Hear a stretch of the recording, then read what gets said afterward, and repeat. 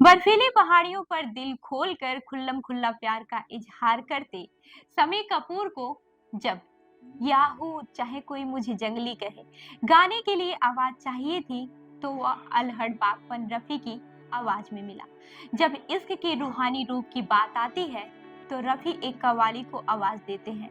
ये इश्क इश्क है, इश्क इश्क इश्क आजाद है, इश्क आजाद है, हिंदू न मुसलमान है इश्क। ये वही रफी है जिनका गाया मन तड़पन हरि दर्शन को आज आज भी भक्ति रस के लिए याद किया जाता है। यही नहीं, पर्दे पर गुरुदत्त जब भी भारत की हकीकत और हुकूमत दोनों से बेजार हो जाते हैं तो ये रफी ही है जो गाते हैं, जिन्हें नाज है हिंद पर वो कहाँ है। ये सब मशहूर गायक मोहम्मद रफी की गायकी के महज चंद रंग हैं। यह साल मोहम्मद रफी की जन्म शती का है।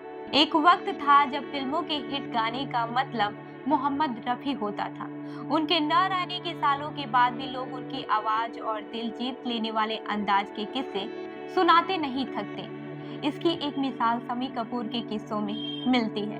कहा जाता है कि जैसे मुकेश राज कपूर की आवाज थे, वैसे ही मोहम्मद रफी शम्मी कपूर की आवाज थे। सुजाता देव की किताब मोहम्मद रफी एक गोल्डन वॉयस में शम्मी कपूर याद करते हैं, हम लोगों को तारीफ करूं क्या उसकी, गाना रिकॉर्ड करना था। रात भर मैं सो नहीं पाया। मैं चाहता था कि ये जुल्मा बार बार दोहराया जाए और फिर गाने का अंत हो, लेकिन संगीतकार ओपी नैयर को मेरी सलाह पसंद नहीं आई। मेरी निराशा देखकर रफी ओपी नैयर से बोले, पापा जी आप कंपोजर हो, मैं गायक हूँ, पर पर्दे पर तो शम्मी कपूर को ही एक्टिंग करनी है, उन्हें करने दो।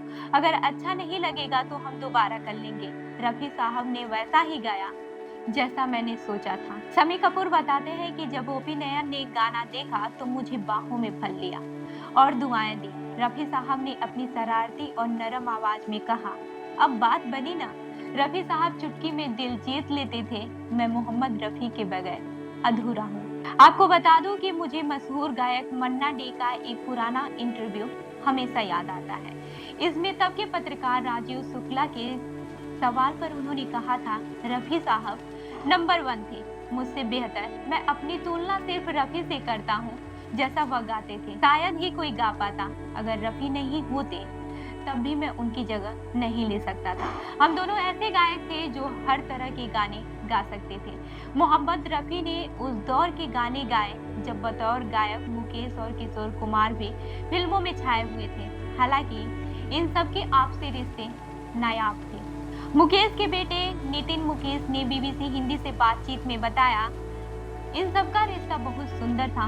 मुझे ताज्जुब होता है कि जब फोन उठाकर मुकेश जी रफी साहब को बात करते थे, रफी मियां तुमने ये गीत इतना खूबसूरत गाया, काश मैं तुम्हारी तरह गा सकता। कभी रफी साहब का फोन आता तो मुकेश तुमने कितना सुंदर गाया है। अपनी गायकी के अलावा जिस बात के लिए अक्सर लोग मोहम्मद रफी की तारीफ किया करते थे वह था उनका शांत और विनम्र अंदाज।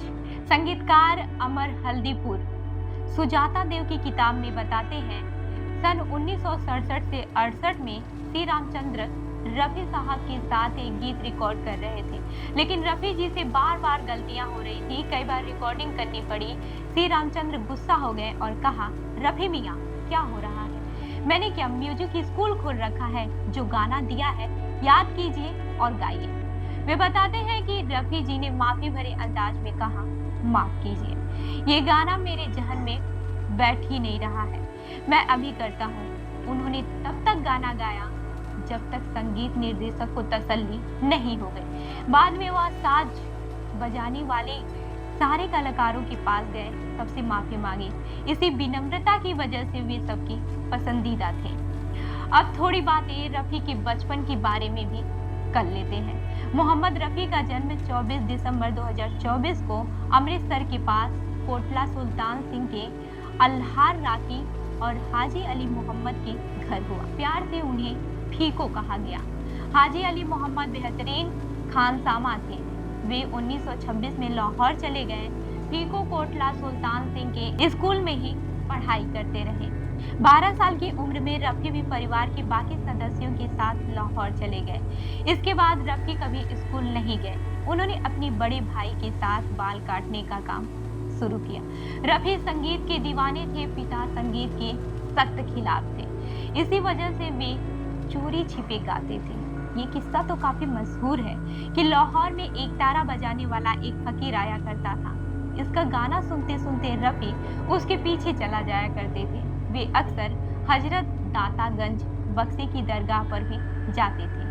एक दफा लाहौर में ऑल इंडिया रेडियो के अधिकारी जीवन लाला मट्टू नूर मोहल्ला से गुजर रहे थे। तभी उनके कानों में एक बेहद सुरीली आवाज पड़ी। आवाज अनोखी थी। आवाज का पीछा करते हुए वे उस दुकान पर गए जहां रफी किसी का बाल काट रहे थे। उनकी गायकी से मुतासिर इस अधिकारी ने उन्हें रेडियो में काम करने का मौका दिलाया। एक बार लाहौर में उस वक्त के मशहूर गायक केएल सहगल के कार्यक्रम में बत्ती गुल हो गई। समय काटने और लोगों को बांधे रखने के लिए युवा रफी मंच पर आए। महफिल में मौजूद संगीत निर्देशक श्याम सुंदर उनसे इतना मुतासिर हुए कि रफी को मुंबई आने की सलाह देकर चले गए। वैसे तो हर दौर के गायकों पर मोहम्मद रफी का असर रहा है। इसमें सोनू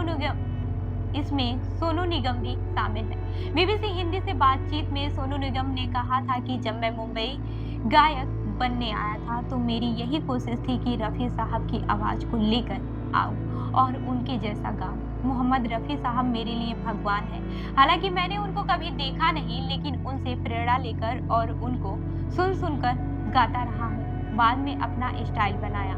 मोहम्मद रफी की बेटी नसरीन के मुताबिक रफी साहब कहा करते थे कि मैं अल्लाह से यही दुआ करता हूँ कि जब मैं टॉप पर रहूं तो वह मुझे उठा ले, और उनकी दुआ कबूल हो गई। साल 1980 में जब उनका इंतकाल हुआ तो वे टॉप पर थे।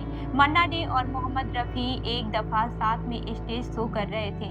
तब मन्ना डे ने मंच पर कहा था, दोनों इस युग में हजारों मन्ना डे आएंगे पर कभी एक और मोहम्मद रफी नहीं होगा। तो हमें कमेंट करके बताइएगा, मोहम्मद रफी साहब की गायकी आपको कैसी लगती है? क्या आपको लगता है कि कभी मोहम्मद रफी जैसा कोई दूसरा होगा? मैं हूँ रूबी आपके साथ, और ऐसी ही अन्य खबरों के लिए जुड़े रहिए हमारे साथ। देखते रहिए जन दर्पण न्यूज। धन्यवाद।